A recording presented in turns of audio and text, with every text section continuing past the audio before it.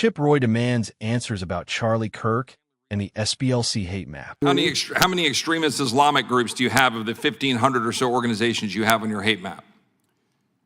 Again, anyone can go to our website. My office has been looking over it and we can't really find one. Again, it is the SPLC's. You think right. SPLC could provide us a list of the Islamic-oriented groups that you have on your hate map? Mr. Roy, we don't target any group because of its religion. Really? I want to be clear about that. Really? Yes, that's exactly right. We target no group because of its religion.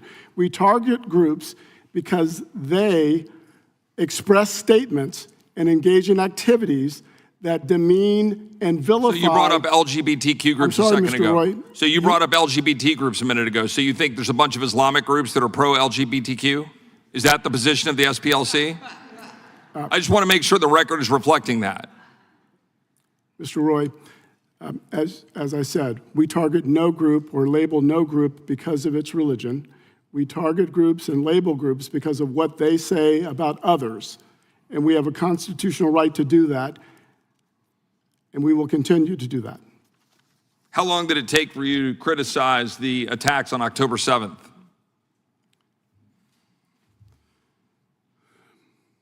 Mr. Roy. Was it immediate?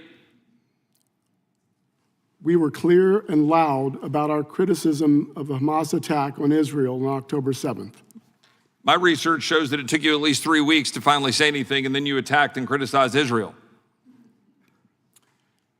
Mr. Roy. Do you think the record reflects that, or am I incorrect? Mr. Roy, as I said, the SPLC has a 55-year history of fighting anti-Semitism. In 2012, the Family Research Council was attacked, and the guard in the front of the building was shot. Response to the targeting of the Family Research Council was to defend yourself for having focused on the family, and then you pulled down from the website that defense. It was your only defense. Has the SPLC ever acknowledged that its designation contributed to that attack? Congressman Roy. Yes or no? I can't answer that question with a yes or no. You asked me if I Did they retract, correct, or reconsider the listing of the Family Research Council on its hate map? The Family Research Council is listed on our hate map because it meets the criteria. To this day, you continue to keep the Family Research Council on its hate map. Is that true? The Family Research Council remains on the hate map because it meets the criteria that we use for Which criteria? The Family Research Council is an anti-LGBTQ. Okay, so on your website, you used to have language on there defending your position on the Family Research Council, and you had language saying that other groups, like Focus on the Family, are not included, and you use that as your defense. Well, that language is now gone, and Focus on the Family is now noted as a hate group. Mr. Roy. Can you explain that? Congressman Roy, we take no pleasure in listing any group, and we wish the list was empty. But we have the constitutional right to express our opinion. How many leftist anti-Jewish groups do you have listed on your website? Name them. Anyone listening to this can go to our website and see our Year in Hate and Extremism report was released this month. The last question I'll ask you is, with respect to Charlie Kirk, have you all taken any position since Charlie Kirk Mr. Roy, we unequivocally condemned the murder of Charlie Kirk. What about the listing of Charlie Kirk? It is our position that TPUSA expresses views and vilifies other people based on immutable characteristics, exposing them to our listing. Mr. Chairman, I have a couple of unanimous consent requests. Objection. I have several documents here. November 2025 Hate Watch from the Southern Poverty Law Center, in which hearing or the work that I've done on Sharia law was included in Hate Watch without objection. Another one here, anti-Muslim bigotry, in which work we did in this very room, in the subcommittee on the Constitution, highlighting concerns with Sharia law, were included in the Hate Watch. I'd like to insert those in the record. Objection. Gentleman yields back. Mr. Chairman, have you see request? Gentleman's recognized. Thank you, Mr. Chairman. Move to enter into the record a letter from the Jewish Council of Public Affairs. Congressional hearings often generate heated moments, but this exchange between Texas Congressman Chip Roy and Southern Poverty Law Center President Margaret Huang centered on one of the most controversial questions in American politics. Who gets labeled an extremist, and who decides? Roy repeatedly challenged the SPLC's use of its widely cited hate map, focusing on organizations such as the Family Research Council and Turning Point USA.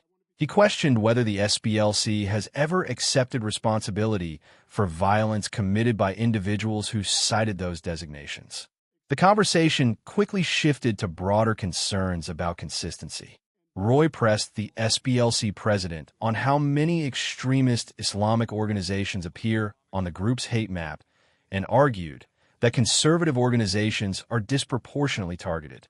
He also questioned the SPLC's response to the October 7th Hamas attack on Israel and raised concerns about how the organization classifies groups involved in debates over religion, free speech, and LGBTQ issues.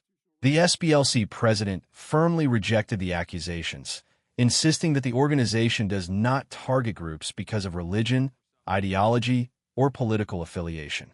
Instead, he argued that organizations are evaluated based on statements and actions that the SPLC believes promote hatred or discrimination against others. Throughout the hearing, neither side backed down. Roy accused the SPLC of operating a politically motivated labeling system that unfairly targets conservative organizations. The SPLC defended its decades-long mission of tracking extremism and combating hate, maintaining that its classifications are based on established criteria and protected by free speech principles. The exchange highlights a larger national debate that extends far beyond this hearing room. Critics argue that public labeling can stigmatize organizations and potentially contribute to hostility. Supporters contend that tracking extremist rhetoric is necessary to inform the public and combat discrimination. Whether viewers agree with Chip Roy or the SPLC, the hearing raised important questions about free speech, accountability, political violence, extremism, and the power of influential organizations to shape public perception. What do you think? Should organizations like the SPLC continue publishing hate maps, or do these lists create unintended consequences? Let us know in the comments. The debate over free speech, extremism, and accountability is far from over. If you enjoy in-depth coverage of congressional hearings and the latest developments in U.S. politics, subscribe to Capital and Country News and stay informed on the stories shaping America.